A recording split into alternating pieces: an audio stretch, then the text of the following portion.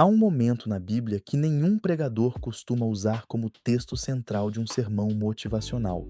Não porque seja obscuro, porque é incômodo demais. É o momento em que o maior profeta do Antigo Testamento, no pico da sua carreira, depois da maior demonstração de poder que a história registrou até aquele ponto, estava deitado debaixo de uma árvore solitária no meio do deserto, exausto, derrotado e pedindo para morrer.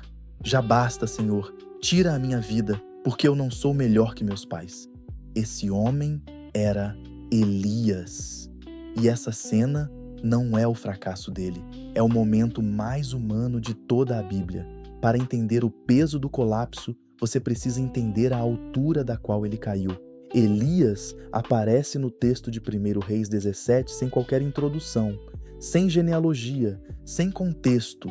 Simplesmente aparece diante do rei Acabe, o rei mais ímpio que Israel havia tido, e declara: Tão certo como vive o Senhor, Deus de Israel, a quem sirvo, não haverá orvalho nem chuva nestes anos, a não ser pela minha palavra. Sem negociação, sem cerimônia. Elias é vento, é fogo, é a voz que aparece de onde ninguém esperava.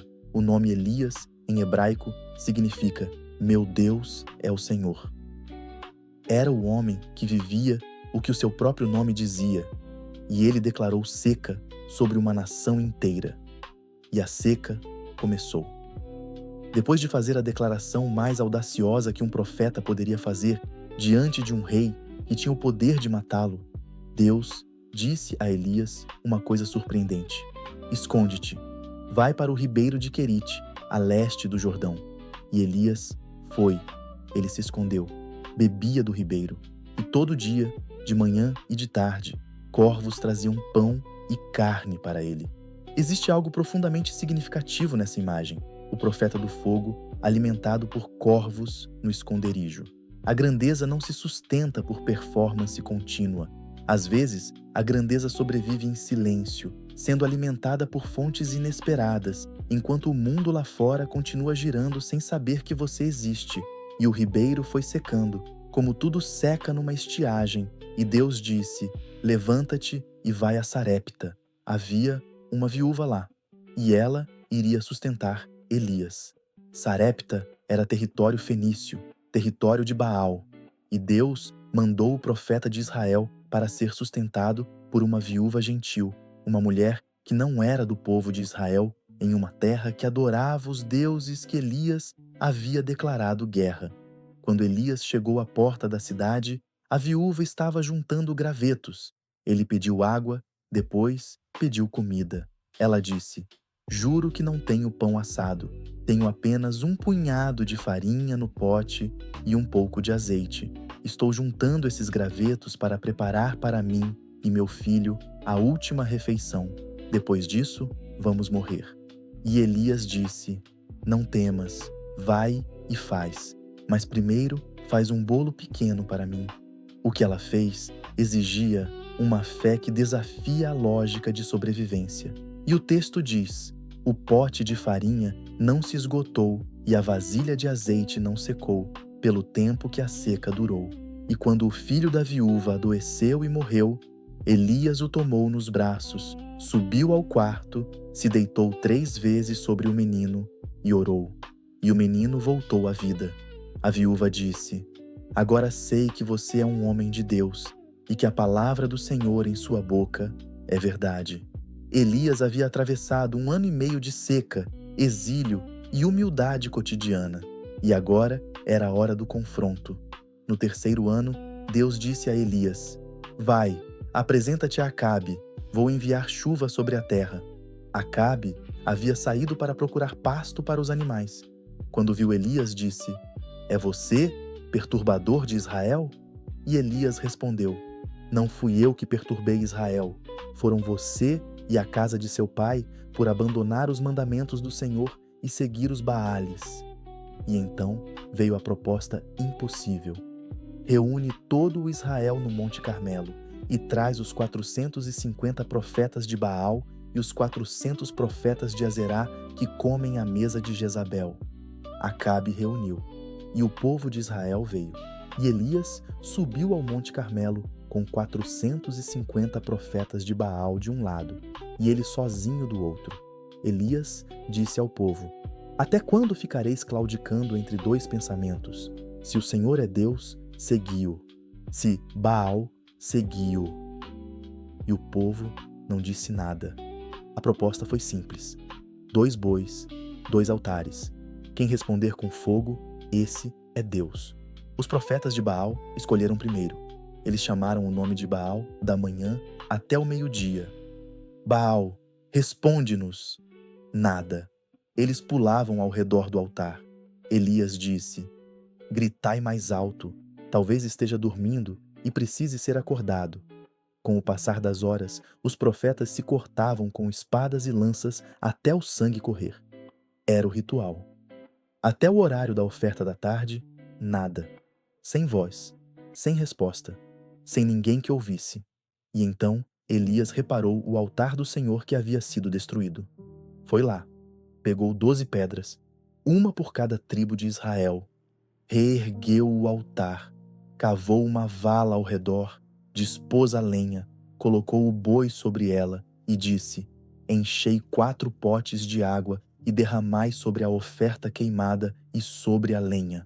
3 vezes a água corria pelo altar e encheu a vala, e Elias orou uma única oração, sem grito, sem dança, sem corte: Senhor, Deus de Abraão, de Isaque e de Israel, que seja conhecido hoje que és Deus em Israel e que eu sou teu servo e que estas coisas fiz por tua palavra. Responde-me, Senhor, responde-me para que este povo saiba que tu és o Senhor Deus. O fogo desceu, o fogo do Senhor caiu e consumiu a oferta queimada, a lenha, as pedras, a terra, e lambeu a água da vala. O povo caiu com o rosto no chão. O Senhor é Deus, o Senhor é Deus. Os 450 profetas de Baal foram levados ao vale de Quizon e foram mortos ali. E então Elias disse a Acabe: Levanta, come e bebe, porque já se ouve o barulho de chuva abundante.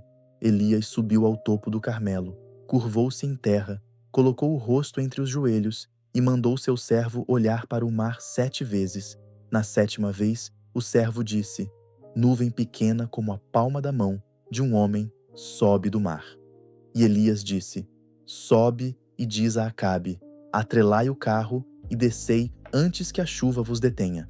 E o céu escureceu com nuvens e vento, e houve grande chuva, e a mão do Senhor veio sobre Elias. E ele vestiu-se os rins e correu adiante do carro de Acabe, todo o caminho até Jezreel, 17 quilômetros, na chuva. O profeta do fogo corria na tempestade que havia trazido, e ele estava no pico de tudo. Acabe contou a Jezabel tudo o que Elias havia feito e como havia matado todos os profetas com a espada. E Jezabel mandou um mensageiro a Elias com estas palavras: Que os deuses me façam isso e acrescentem aquilo, se amanhã por este tempo eu não tornar a tua vida como a vida de um deles. Uma ameaça de morte em resposta ao maior milagre do século. Uma única linha. E essa linha fez o profeta do fogo, o homem que havia chamado seca sobre uma nação, sustentado por corvos, ressuscitado um menino e chamado fogo do céu diante de 450 adversários, fugir. O texto é honesto sobre isso. Quando viu isso, teve medo e se levantou e correu para salvar a sua vida. Não há julgamento no texto, só a verdade. O corpo só aguenta até onde aguenta. A mente só segura até onde segura. E Elias não aguentou mais. Ele foi a Berseba, no sul de Judá. Deixou seu servo lá e foi sozinho para o deserto, um dia de caminhada. E se sentou debaixo de uma árvore de zimbro, a árvore mais solitária que existe, e disse: Já chega, Senhor, tira a minha vida.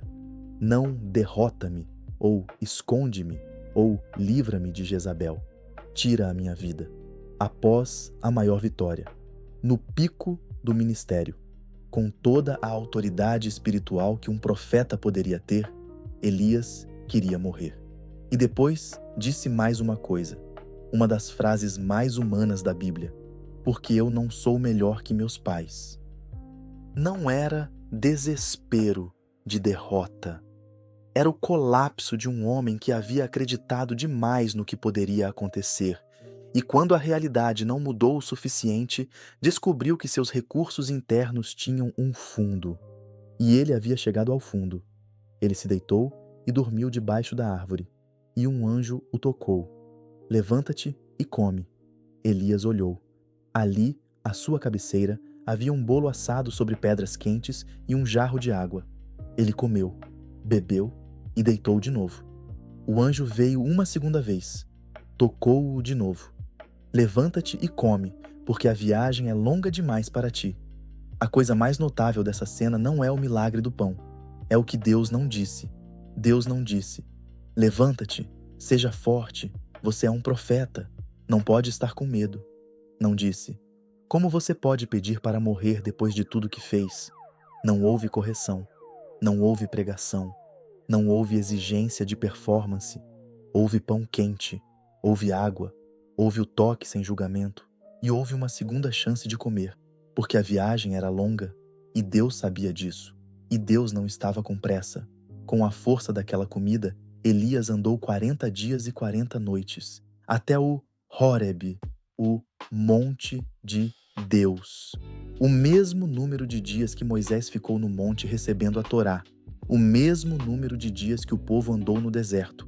40 é o número da formação, da transição, do espaço entre uma coisa e outra. Elias foi até uma caverna e ficou lá. E então a palavra do Senhor veio a ele. O que fazes aqui, Elias? Não uma acusação, uma pergunta. E Elias respondeu com tudo o que estava na sua cabeça, com a teologia da exaustão. Tenho sido muito zeloso pelo Senhor Deus dos exércitos. Os filhos de Israel abandonaram a tua aliança, derrubaram os teus altares e mataram os teus profetas à espada. Só eu fiquei e estão procurando tirar minha vida também. Você vai notar o que Elias não disse. Ele não disse: vim porque estava com medo. Ele disse: vim porque sou o único que sobrou. O burnout tem essa característica. Ele se disfarça de teologia. Vira convicção de que você carrega sozinho o que ninguém mais carrega. E Deus disse: sai e fica de pé no monte diante do Senhor. E veio um vento grande e forte que fazia as montanhas se partirem e as pedras se quebrarem. Mas o Senhor não estava no vento. Depois do vento, um terremoto. Mas o Senhor não estava no terremoto. Depois do terremoto, fogo. Mas o Senhor não estava no fogo. Elias havia visto fogo. No Carmelo, o fogo havia validado tudo. Havia dado a resposta que ele precisava. E o povo havia respondido. Mas aqui, no deserto, no Horebe, no pico da crise, o fogo não era a linguagem era outra. E depois do fogo, uma voz quieta e mansa, um sussurro fino, um som de silêncio delicado.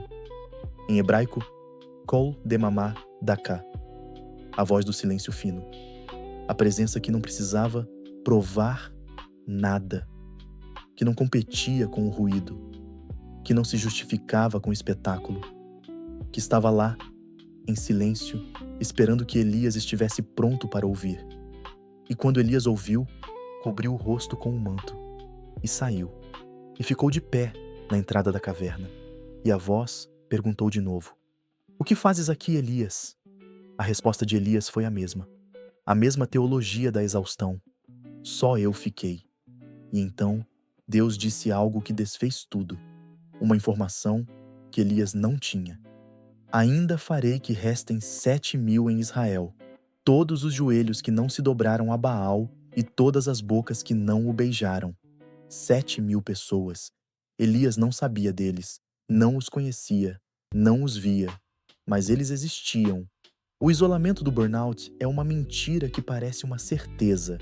Você não é o único. Você nunca foi o único. A realidade do que Deus faz não cabe inteiramente na sua perspectiva de dentro da caverna. E então veio a comissão. Vai, volta pelo caminho do deserto em direção a Damasco. Ungirás Hazael, rei da Síria, e ungirás Jeú, filho de Ninsi, rei sobre Israel, e ungirás Eliseu, filho de Safate, em teu lugar como profeta. Em teu lugar. A sucessão. O trabalho não depende de você para continuar. E Deus não disse isso como rejeição. Disse como libertação. Você não é insubstituível. E isso não é uma ameaça. É a coisa mais misericordiosa que Deus poderia dizer a um homem que acredita carregar o mundo sozinho. Elias desceu do Horebe, encontrou Eliseu arando o campo, 12 juntas de bois. Elias passou por ele e jogou o seu manto sobre ele, e Eliseu deixou os bois. Correu atrás de Elias, pediu apenas para despedir-se dos pais, e foi. O manto foi passado. Outro homem carregaria o fogo, e Elias terminou sua jornada não como o solitário do deserto, mas como o professor, como aquele que preparou o que vinha depois. A história de Elias é canonizada como história de vitória. O Monte Carmelo, o fogo, a chuva mas a parte do sermão que raramente vai para o cartaz de domingo é o zimbro, é o tira a minha vida, é o pão quente na cabeceira, sem julgamento. É a pergunta que não é acusação. O que você está fazendo aqui? É o sussurro que não compete com o furacão. A teologia popular quer Carmelos. A Bíblia registra os zimbros com a mesma seriedade. Porque qualquer fé que só funciona nas vitórias não é fé suficiente para a vida real. E qualquer Deus que só aparece no espetáculo não é Deus suficiente para a madrugada da caverna. Elias foi tomado para o céu sem morrer. Num carro de fogo, num redemoinho. Mas antes disso, antes do redemoinho, houve a árvore, houve o pão, houve o silêncio, houve a pergunta. É lá que você aprende o que Deus é quando o fogo acabou. Este é o relato que o ancião carregou por anos, não como história de superação, como mapa para o dia em que você estiver debaixo do seu zimbro, quando tiver acabado as forças depois de ter dado tudo, quando a sua melhor entrega não mudou o que precisava mudar e o mundo seguiu igual.